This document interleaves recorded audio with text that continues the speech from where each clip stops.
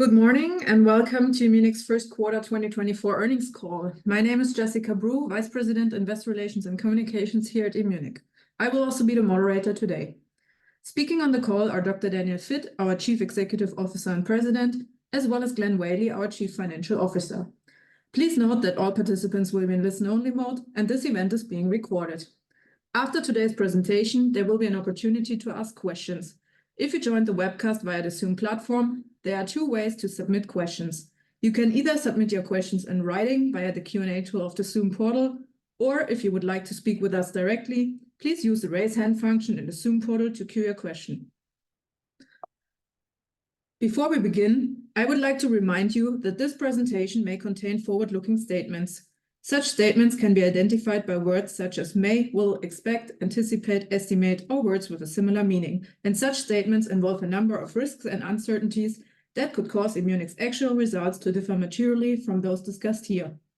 Please note that these forward-looking statements reflect Immunic's opinions only as of the date of this presentation, and it undertakes no obligation to revise or publicly release the result of any revision to these forward-looking statements in light of new information or future events. Please refer to Immunic's SEC filings for a more detailed description of the risk factors that may affect Immunic's results and these forward-looking statements. I would now like to turn the call over to our CEO and President, Dr. Daniel Vitt, to begin the presentation. Daniel? Yeah, thank you, Jessica. I would also like to welcome everybody on today's earnings call.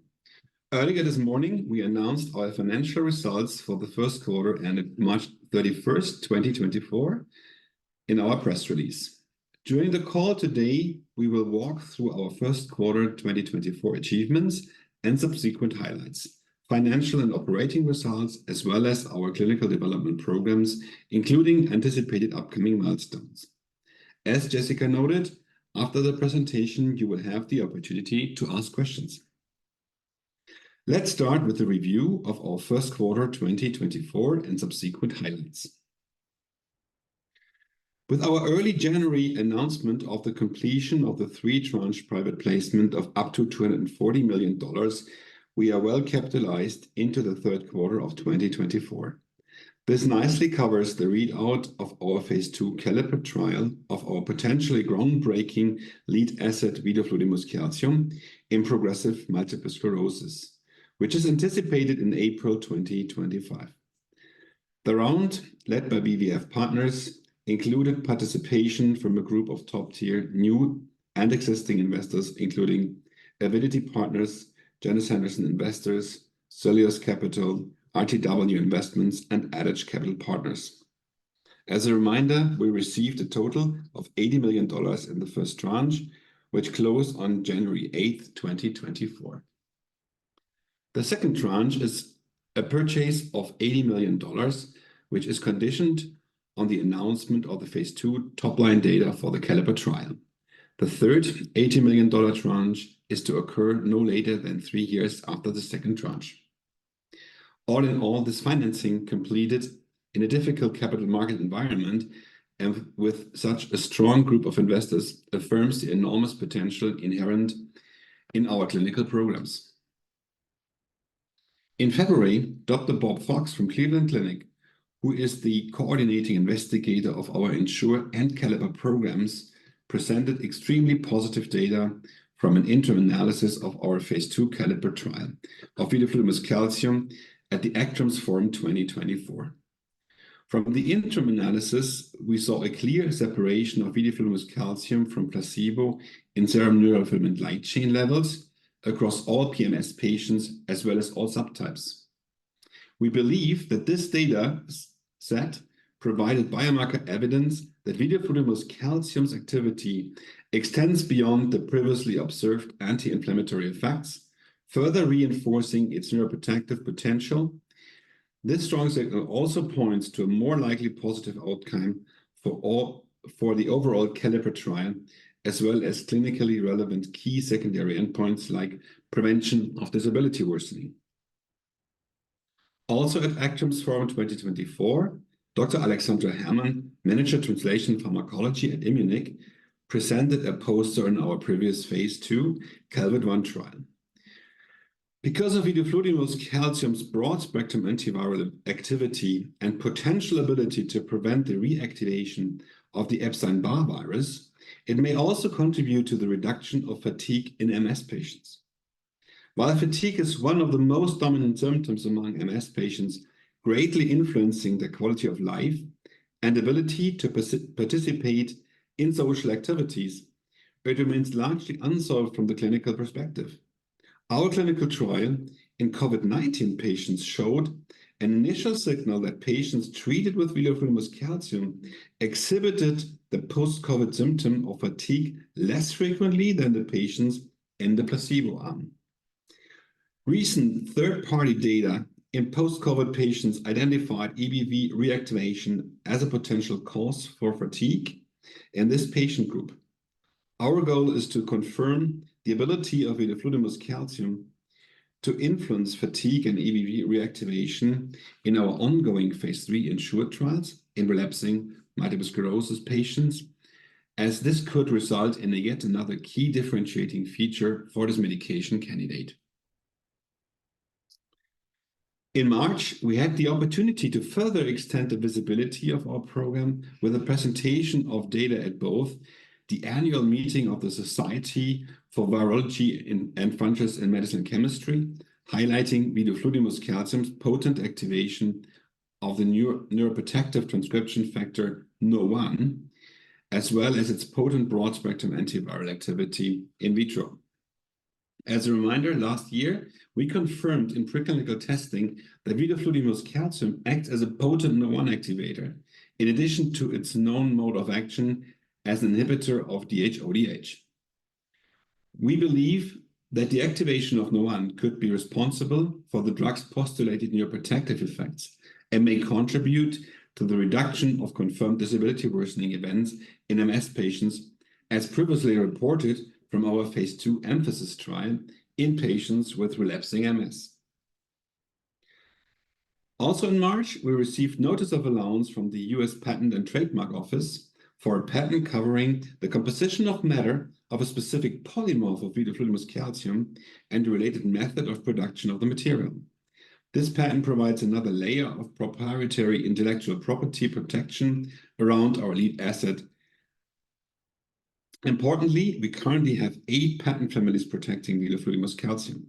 We remain deeply committed to protecting the technology behind this phase 3 asset, which has been made that much stronger by the addition of this 4th US patent directed to the use of vidofludimus calcium in multiple sclerosis. As a result, our extensive patent portfolio is expected to provide protection into at least 2041 in the United States and 2039 internationally unless extended further. Just last month, we hosted a multiple sclerosis R&D day, highlighting the latest developments in the MS landscape, as well as our highly encouraging preclinical and clinical data supporting the neuroprotective potential and reduced disability worsening associated with vidofludimus calcium, which present important distinctions compared with currently available MS therapies.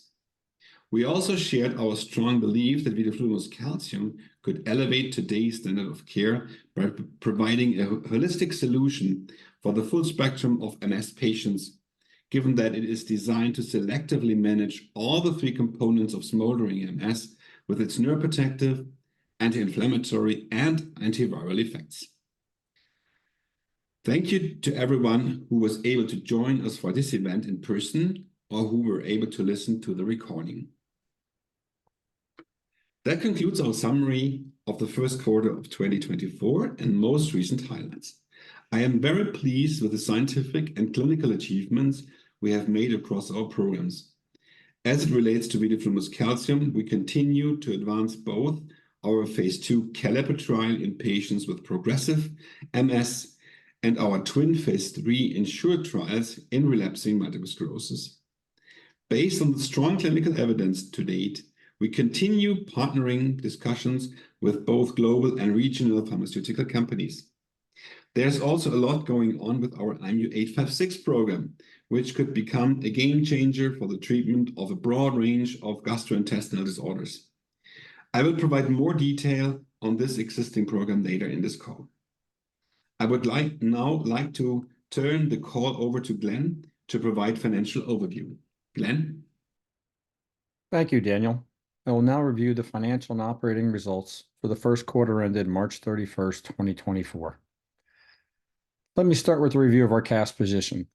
We ended the first quarter of 2024 with $97.3 million in cash and cash equivalents.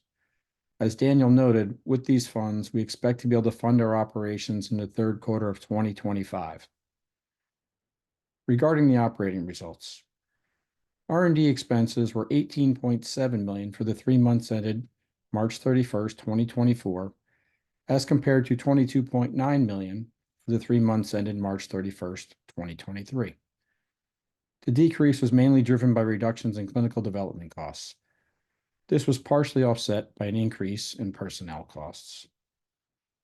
G&A expenses were $5.1 million for the 3 months ended March 31st, 2024, as compared to $4.2 million for the same period ended March 31st, 2023.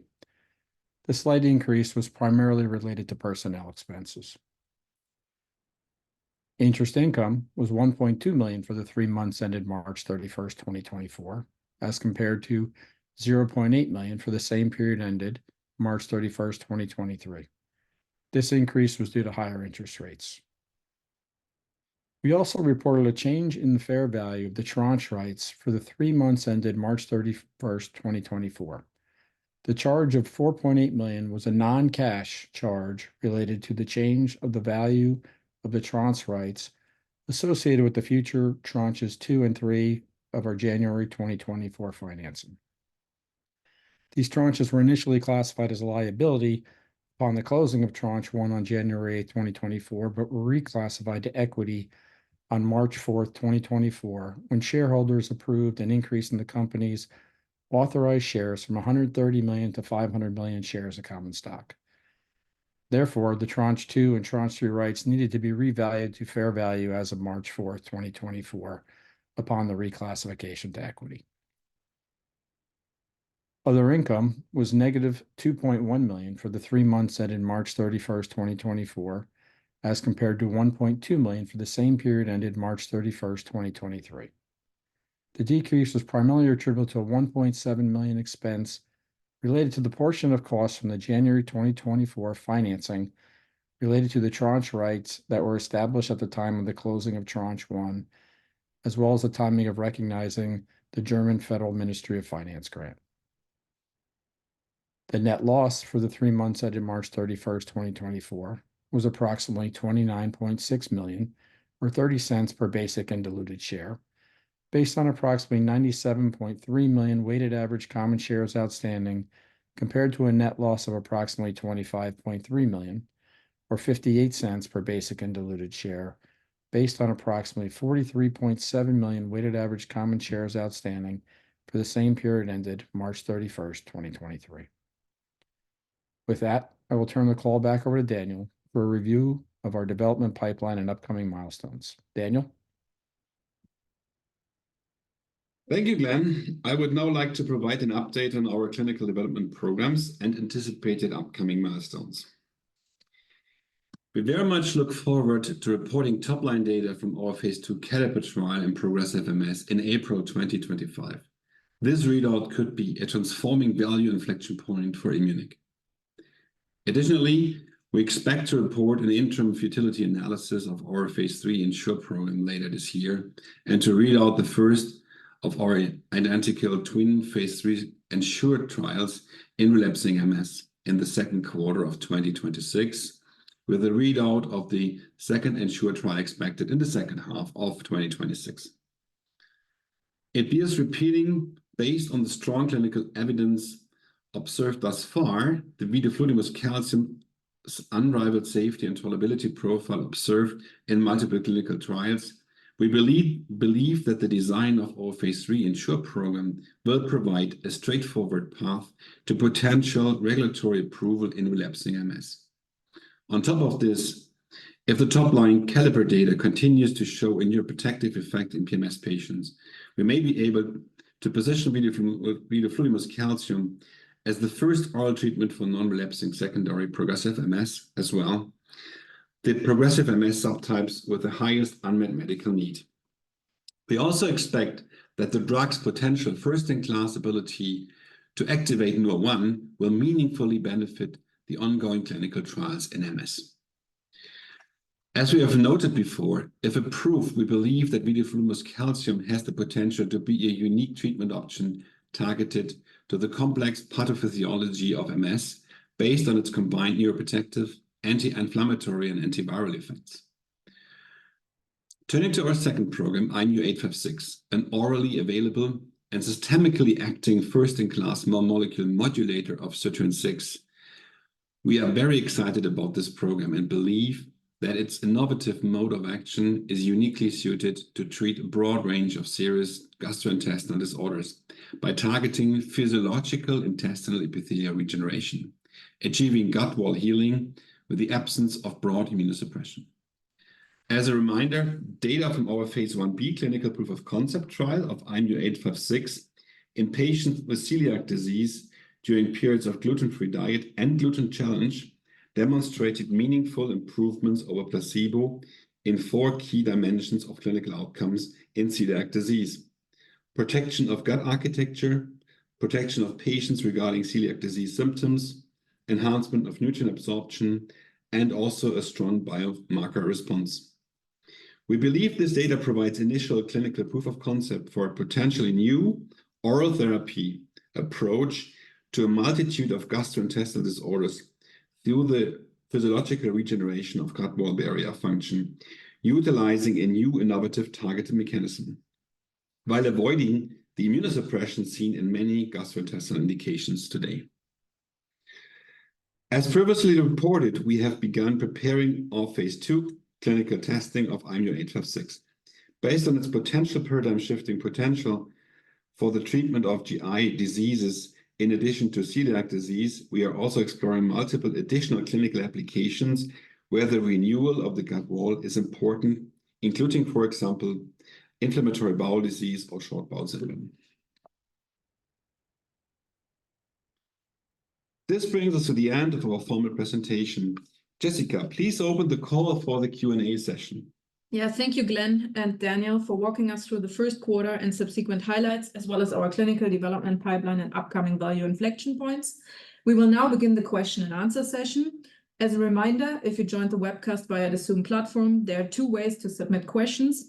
You can either submit your questions in writing via the Q&A tool of the Zoom portal, or if you would like to speak with us directly, please use the raise hand function of the Zoom portal to queue your question. Our first guest today is Matt Kaplan from Ladenburg Thalmann. Matt, please unmute yourself and go ahead. Hi, good morning, guys, and congrats on the progress. A few questions on the vidofludimus program. I guess how was the impact on the NFL that you observed in the Caliper study interim analysis? How was that received at the ACTRIMS meeting when you presented that? Yeah, thank you, Matt, and happy to share some feedback here. Generally, I would say what we have seen here is very much appreciated from experts broadly, I would say, because I think so far we are not aware of any other comparable data with such a strong reduction on NFL reduction. And so we take that as a positive feedback here from all the conferences we attended. Okay, that's helpful. And then in terms of the interim futility analysis for the ENSURE program, what are the potential readouts from this analysis that you're expecting to announce later this year? Yeah, good that you asked, because this is really, since this is really a phase 3 program, we will rarely get any data. We will get just a response to the questions from the committee, from the safety monitoring committee, basically on either to go ahead as planned or to suggest some sample size adjustment. That's all we can read out there. So we will not see any medical results or any biomarkers from that futility analysis. So it's really more in reconfirming our estimates when we started the study. And since this trial is an event-driven trial, it's important to have an eye on, do we have enough events based on our statistical assumptions we made initially. Okay, that's very helpful. Thank you. Thank you, Matt. The next one in the queue here is Yasmin Rahimi with Piper Sandler. Yas, please unmute yourself and go ahead. Hey, good morning, team. This is Jung on for Yes. Thanks for taking the questions. The first question we had was if you could comment if you had any visibility on a blinded basis to event rates across insured trials. If you do, are these like event rates in line with expectations? And secondly, have you had a chance to meet with the agency in regards to 856? Could you provide any color where you are in terms of phase 2 prep and study design? Okay, thank you for the questions. Let me first start with the ongoing studies. No, we don't have the current event rates on disability worsening so far, so I can't comment on that anyhow. What I can tell is so far the study is on track, and we may have an eye on that, maybe coming closer to the futility analysis time, also to have some blinded data updates we can share with the public. Regarding 856, further plans and regulatory interactions, we are working on those. We are planning for a meeting with US regulators. We are preparing several phase 2 studies, several indications, as I said in the presentation. So it's, of course, given the very good proof of concept in celiac disease, that's the #1 indication we're looking at. But I mentioned also that also looking on the preclinical data, we think this drug makes a lot of sense beyond celiac disease and other indications. And the team here is actively working on a couple of different concepts, and we will look what is the best way to develop it further, and also to get the appropriate funding for all of the ideas we have with that wonderful molecule. Thank you so much. Thank you, Jungo. Again, as a reminder, if you have a question, please use the raise hand function of the Zoom portal or the Q&A tool. The next one here is Mayank Mamtani with B. Riley. Mayank, please unmute yourself and go ahead.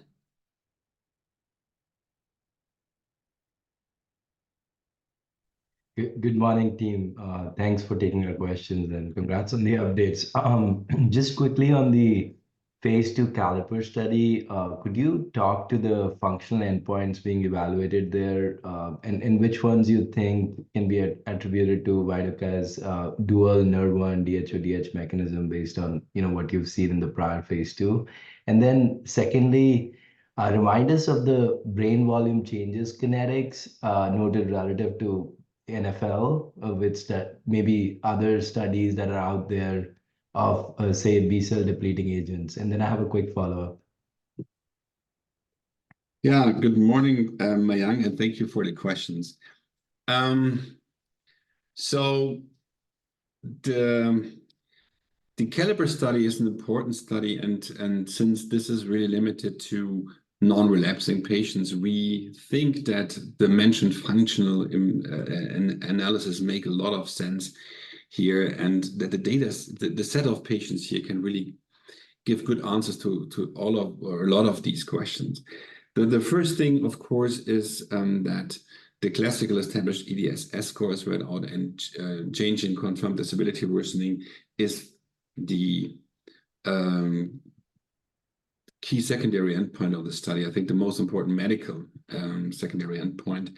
On top of this, and this was also seen from other studies and other companies, that functional readouts play a more important role, and they're not completely covered in EDSS. So one thing is the 25-foot walk test, which is pretty established, cognition testing, and the 9-hole peg test specifically. So those three are the established sets, which are also recorded during this study.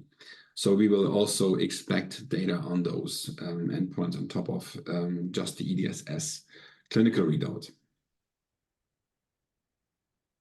Got it. And any comment on the brain volume changes kinetics relative to NFL, given your interim at 24-week and then obviously the final analysis at 72-week? Yeah, I think brain volume change is believed to be a robust and sensitive measure of neurodegeneration in MS patients, specifically if it comes to the long timeline. We have a 120-week follow-up time in the Caliper study. So brain volume change should be a strong signal here. And we know that there traditionally is expected to correlate with disability and also then with NFL changes. There's, to my knowledge, not too many publications on the direct correlation between brain volume change and NFL, but they all refer usually to disability change in the patients. And specifically, I think in the recent months, I think there were a couple of good publications where the authors nicely separated inflammatory from non-inflammatory patients, which is, I think, very important to quantify any signal on NFL in progressive MS in contrast to relapsing, because as we all know, if there's an overlaying relapse activity, this from the NFL side usually has a high risk of overlay the signal of NFL. Yeah, makes sense. Thank you. And then on the phase 3 sample size reassessment or futility for ENSURE later in the year, could you just remind us of the different scenarios in terms of how high you have to increase the patient number or vice versa? Could you if given what you're seeing versus placebo, because you don't have an active comparator here, could you also maybe go down, if you're seeing the event rates that you expect or better than that, is there a positive scenario where you could expedite the program? So maybe just bookend the scenarios there from the reassessment. Yeah, thank you for that question. It's important that you asked that. I think we need to repeat these things a couple of times. The FDA does not allow any acceleration of the program for stopping for early response signals, because that is due to the statistical planning of such a study, that they exclude this option, so we can't do that. What we did is so it's a futility analysis, so we can most likely, or we hope to get a proceed as planned feedback from the committee. What could also be, we will have a couple of scenarios of sample size adjustment, but only such ones which make sense. I think it doesn't make sense to make sample size adjustment if it's getting a huge number of patients to that. So only these viable approaches could be an answer to that analysis, and else we will maybe then have an answer that we should stop the study. Okay, thank you for taking our question. Thank you, Mayank. We have one more in the queue, Tom Smith with Leerink Partners. Tom, please unmute yourself and welcome to the call. Hey guys, good morning. Thanks for taking the questions. Just a couple on our end. I guess first for the phase 2 Caliper study, can you, and this extends, I guess, across your entire MS program, but can you just remind us how you're measuring neurofilament light chain, what assay you're using, and how much variability there is with measuring this marker? And then with respect to life cycle management, can you comment on whether you're working on any additional IT for vidofludimus calcium or preclinical Nurr1 activator compounds that could help extend the franchise? Thanks very much. Yeah, thank you, Tom, for the good questions. First of all, NFL, as I think we in the past we commented a lot on the technologies here. I think what we are using is more or less state of the art. Simoa technology by Quanterix.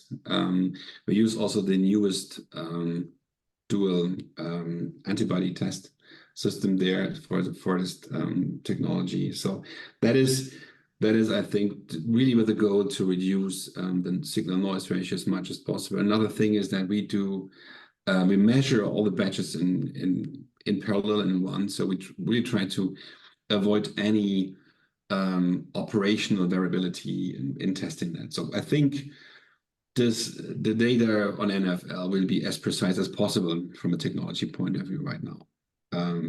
But to remind you, I think every technology has its own absolute level, so we just need to look always on relative changes on NFL at the readout. So that's on the technology side. More on the strategic side, on IP and lifecycle management, we don't talk too much about it, but of course we're doing that. And if you read between the lines what we're telling you, I think what we last year when we identified that vidofludimus calcium is a potent activator of NUR1, and this is potent means also we see in the gene regulation an up to 500% increase of gene regulation. This is really at the upper end of what you can get at all, and to my knowledge, really the only molecule in the clinics which has shown something like that. This makes it an attractive platform. So it's not only that vidofludimus has another trick, which is wonderful because this opens up the avenue towards neuroprotection. It also gives us at Immunic more as a platform of NUR1 modulation. And we are working here internally, but also in collaboration with researchers at different universities on the one hand on the biology, and on the other hand also on the chemistry, to broaden what we're doing here. We have some IP filed on this. We have some interesting derivatives of vidofludimus calcium in research. Yeah, I think absolutely. So we think this is a great platform. And just think about the great biology which was published, and where a lot of work was done on Parkinson's disease and other neurodegenerative diseases where NUR1 is believed to play a major role. And this opens up a lot of potential for further preclinical and clinical work later. Got it. Super helpful. Appreciate you guys taking the questions. Thank you, Tom. Thank you, Tom. This concludes our question and answer session. I would like to turn the conference back over to Daniel for any closing remarks. Yeah, thank you, Jessica, and thank you to today's attendees for your insightful questions today. To summarize, we have a well-differentiated, advanced clinical pipeline in various stages of development, with top-line data from our phase 2 CALIPER trial executed in April of next year, and the ongoing enrollment of our phase 3 ENSURE trials. We continue to make meaningful progress on the clinical development of vidofludimus calcium. We also continue to strengthen our intellectual property position and remain committed to that effort. Further, the successful 3-tranche PIPE financing earlier this year means that we are well capitalized to execute, with 97.3 million on our balance sheet, which is expected to fund the company into the third quarter of 2024. Five, sorry. As progress is made, we expect to also provide an update on our preparations for a phase 2 clinical trial of IMU-856 and its potential for the treatment of a broad array of serious gastrointestinal disorders. With that, I would like to close today's call. Thank you very much for joining, and we're very happy to answer any additional questions one-on-one. Thank you for joining Immunic's first quarter 2024 earnings call. The call has now concluded. You may now disconnect.